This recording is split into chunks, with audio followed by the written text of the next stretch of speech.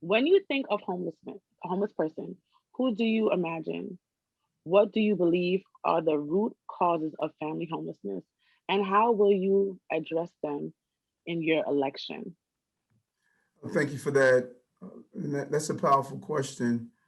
And, people say that competency is on the ballot this year. I think it's character.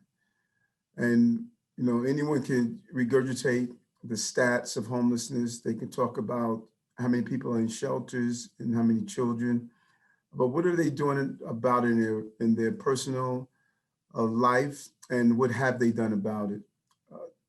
I have a four-family house. When my tenants moved in, I signed a lease with them and stated that as long as you're living in my home, I would never raise your rent.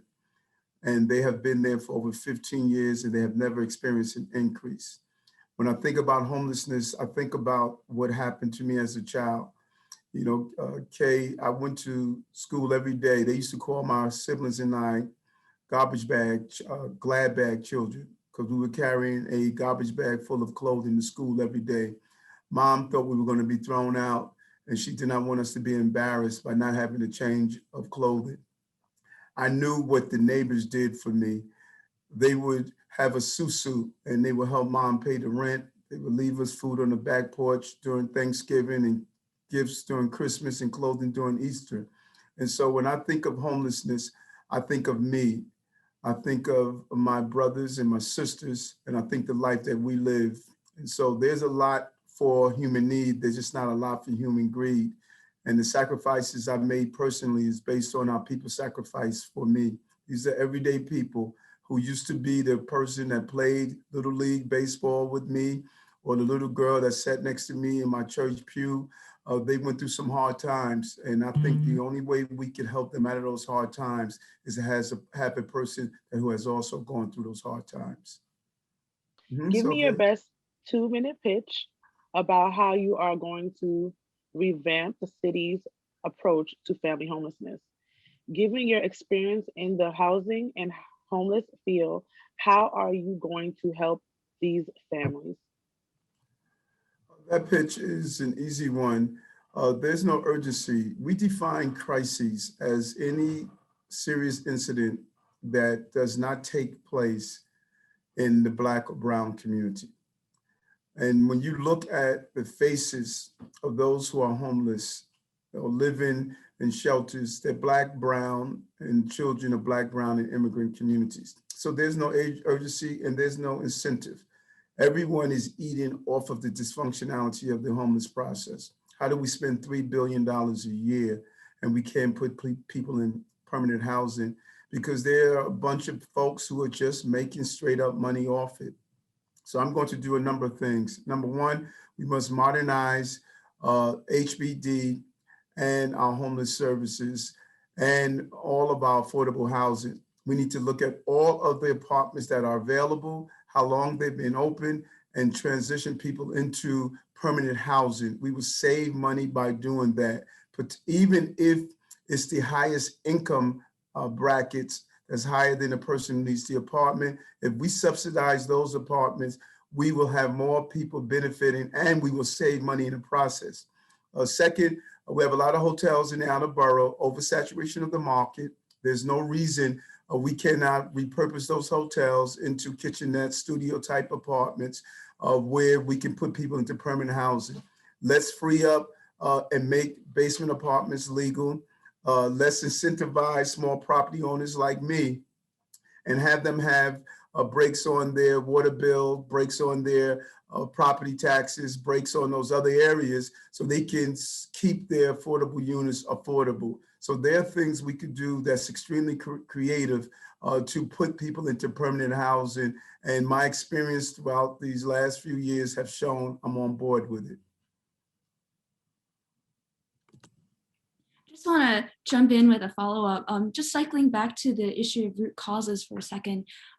Besides just addressing housing specifically, are there any other issues that you think need to be addressed to get at the root causes of families ending up homeless? Yes, a couple of things. Number one, we have failed to really pursue with our district attorney's offices on prosecuting landlords who are displacing tenants. You know, we need to look at those who damage property to have tenants removed, those who do illegal evictions, those who burn property. Those are all crimes already, but we don't pursue them in a real way. And then we need to criminalize when someone goes out and know they are aware that a unit should be on an affordable housing roll and they remove it off the affordable housing roll.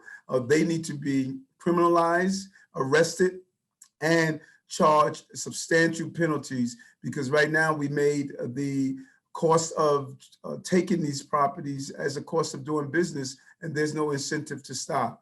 And then increase in minimum wage should be more than just a $15 an hour battle.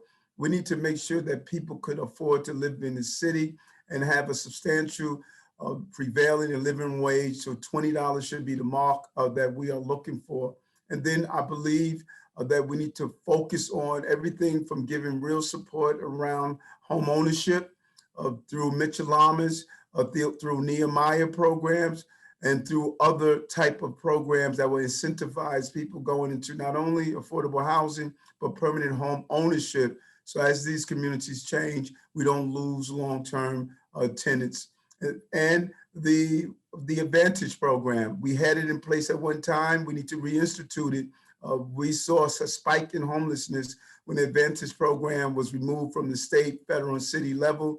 We need to look to keep people in their homes, not only to have them removed. And lastly, free civil legal services to whomever needs it so they can protect themselves in court. Bad acting landlords have attorneys. Good acting tenants should have attorneys. So how will you ensure families that leave shelter stay housed? I'm a family that came out of shelter, and it's becoming increasingly difficult. So how would you help me to stay housed? And also, just to add for clarification, I guess, a lot of the city's supportive housing is set aside for single adults. Do you believe the city should do more with supportive housing and use a housing first model for those families? Thank you for that, Rhonda. And you said something that I rarely hear people talk about. How do we keep you housed? And that is so important. And there's a number of things that I believe we can do. Number one, I mentioned earlier about having a real living wage in the city and make sure we connect you to good employment so that you can remain housed. Second, which seems like not a lot, but it is a lot, of financial literacy, to really take you and partner you with banks, partner you with some of the financial literacy experts, and put you on a pathway to home ownership. Low income home ownership through co-ops, through Nehemiah, through Mitchell Lamas. My goal is for you to be in a place where you can build equity in the city that you help build. And I learned so much by going through my financial literacy when I purchased my first co-op. It was a small little studio, but I learned so much from that on how to manage my debt. I was never taught that, and I learned from doing so. And I think we can empower people in doing so. Second, making sure that we put you into an affordable living environment where you are not paying more than 30% of your rent to 30% of your income to rent. That is crucial. When we start having you do 40 and 50%, it is really placing you in a bad place. And then forcing and going after those landlords that are not taking vouchers.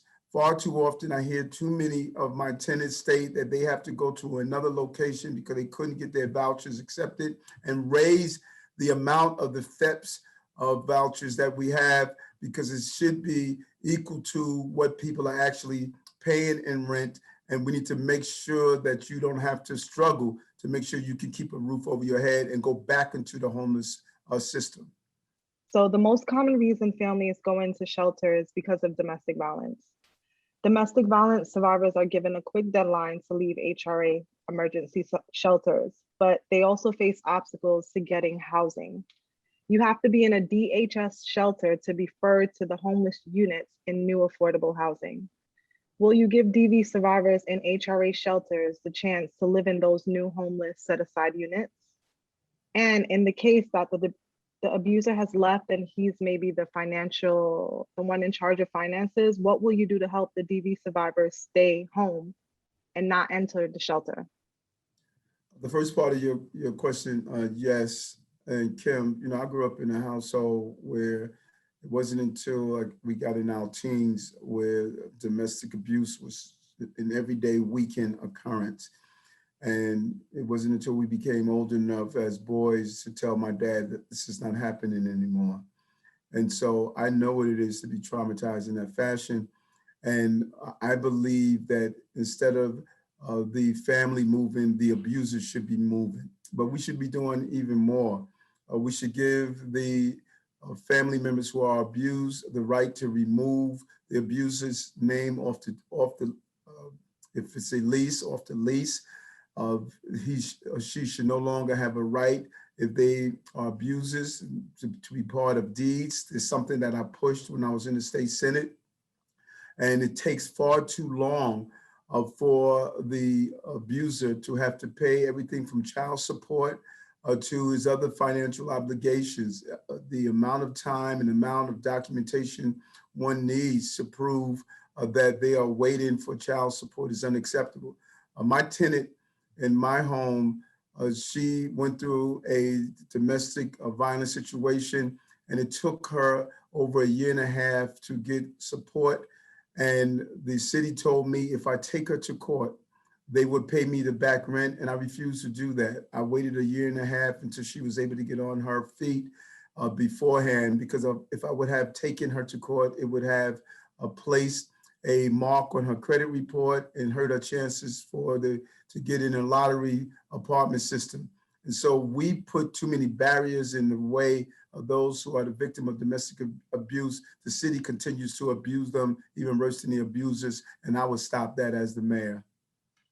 Domestic violence survivors often find that DV shelters are sited in low-income neighborhoods that struggle with crime, making survivors feel even less safe.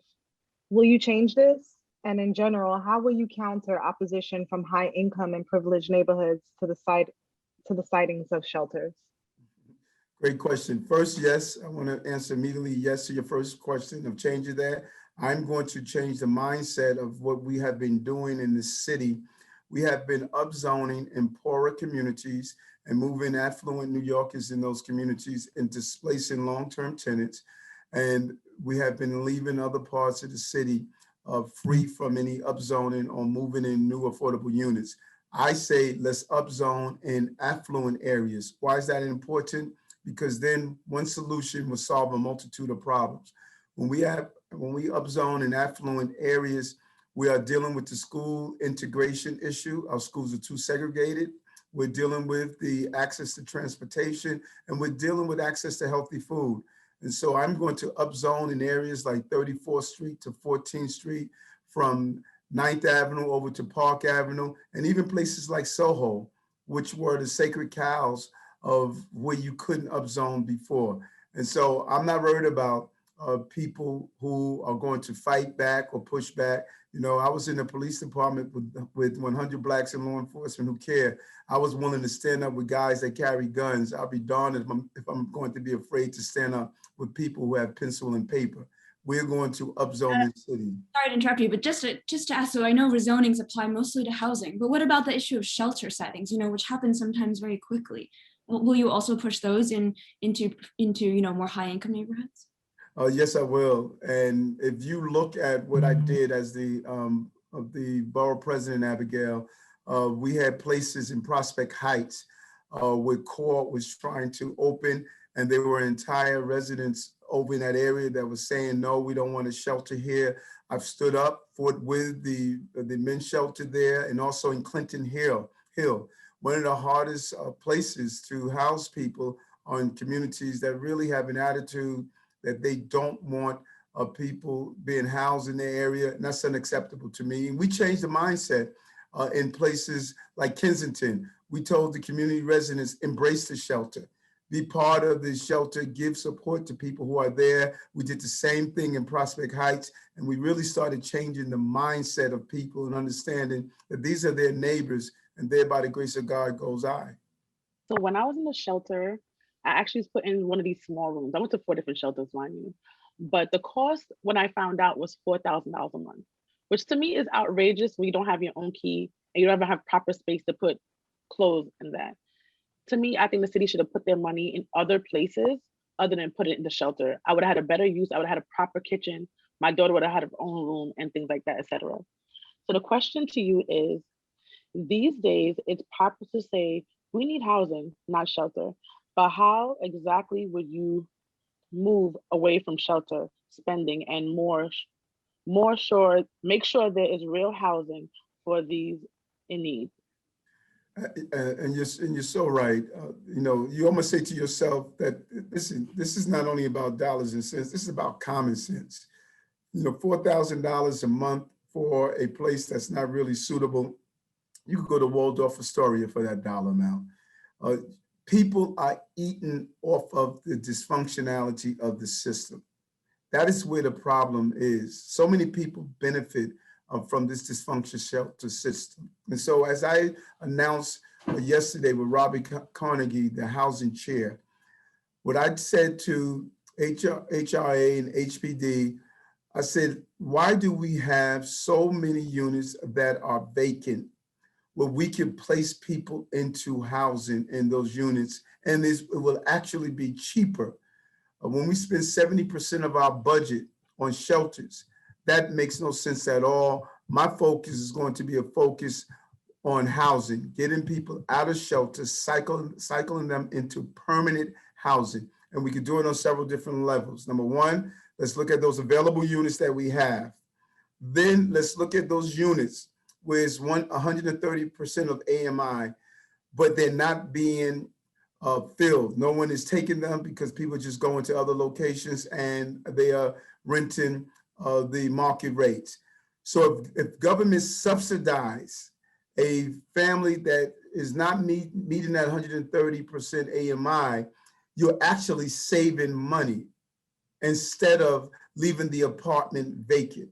And then again, let's be creative about basement apartments. Let's be creative about hotel spaces.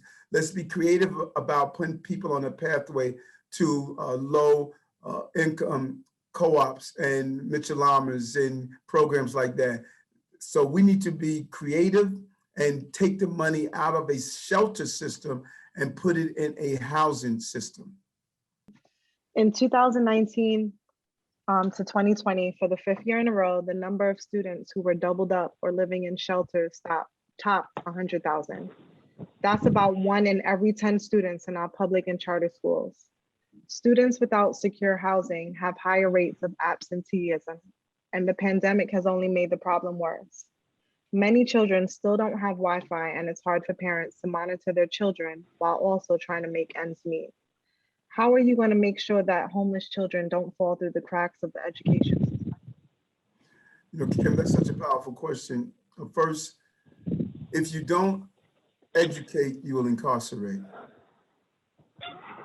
80% of the men and women at Rikers Island don't have a high school diploma or an equivalency diploma. A third of the 18 to 21-year-olds read below a 5th grade reading level.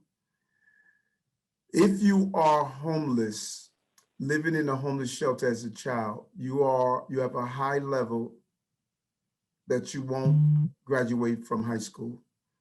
And so you're placed on a road of incarceration or a road of poverty. I'm going to zero in on one. I'm going to partner with Albany to take away the rights of the private industries to build out our high-speed broadband. They have failed us over and over again. I was the only person on the franchise board that voted against renewing their contracts because they've broken promises and is really breaking the dreams of our young people. Then we have to get our young people into permanent housing. As I indicated, when you look at the graduation rates of those who are living in shelters, the rates are extremely low. Then we must build out the point-to-point the technology allows us, without having to dig up the streets, but using point-to-point technology to get high-speed broadband into our shelter population while children are there. And it is humiliating and almost criminal that we did not allow almost 70,000 children to receive devices such as iPad or notebooks for 3 to 4 months throughout the pandemic. That is going to have a major impact on these young people, and we need to treat it with the level of urgency and emergency that it deserves. And we did not do that, and there is no way I will allow something to happen like that as the mayor of the city. New York City has programs to help struggling families avoid eviction, including home-based and the City for HEP's vouchers. The voucher rules keep changing, and I have seen families displaced because payments from the city are not forthcoming. How will you prevent families with the vouchers from getting displaced because the city is not paying their portion? And how will you, as a landlord, include other landlords in the conversation once the eviction moratorium ends? First, let's deal with the FEPs and other programs. And you're right, many people were burnt by the city and state when they canceled the Advantage program. And it created some negative energy that I think hurt many of these city programs. And it takes too long to get payments in. And the city used so many reasons for non-payments. We need to shorten that period of time. We need to remove the bureaucracy. And if we have to take corrective actions on landlords, then let's do so. But it should not come at the expense that you're hurting the tenants who are there. And we need to reinstitute the Advantage type program that help tenants who are in need. And as I indicated last week, we saw that there was a number of brokers and agents who were not showing those who had vouchers, showing them apartments. I believe that is unacceptable. We need to first staff up the Human Rights Commission. Then we need to send a loud message to those agents and brokers. You do it one time, your license is suspended for a year. You do it 2 times, you're suspended for 2 years. You do it 3 times, you're suspended for life. And we need to increase the fines with the landlords. One time, 10,000, do it twice, 20,000, you do it 3 times, 30,000. We must make abusing people and denying housing too expensive to do so. Right now, it is not. In 2016, they put DHS and HRA together into one system, and Steve Banks was put in charge of it. How do you feel about the way DHS and HRA were combined? And how would you do it different as a mayor to make these systems run successfully? I will go a little further. Here's what we do right now, Kay. We have a disjointed system. I will have one deputy mayor who will be in charge of HRA, DHS, DEP, HPD, NYCHA. They will overlook DOB and have a close liaison with Department of Parks. Why am I doing that? HPD is judging its success based on the number of apartments that they sponsor. They're not judging it on the number of apartments we need. And oftentimes what HRA and Homeless Services is what they are saying we need, we're not getting that need. Then you have DOB, who is actually holding up some of the projects, and no one is making people work together in the same sandbox, I like to say. You could have Department of Parks will have a tree in front of a project, and it would take you a year to get that tree removed. And so when you speak to all the different entities, they're all pointing to each other. I'm going to have them meet once a month, and I'm going to judge the team on how many units of affordable housing we built and how many people we're cycling out of homelessness and shelters. When the team works together and not siloed, you produce a mission-driven product that we can gauge in real time. How many vacant units we have, how many vacant units we have in NYCHA, how many vacant units of affordable housing we have. And in real time, we should be able to look at, are we reaching our marks? Why is this being vacant for so long? Why is it taking so long to get a tenant inside there? That is how you run cities in real time using checkpoints. If you don't inspect what you expect, it's all suspect.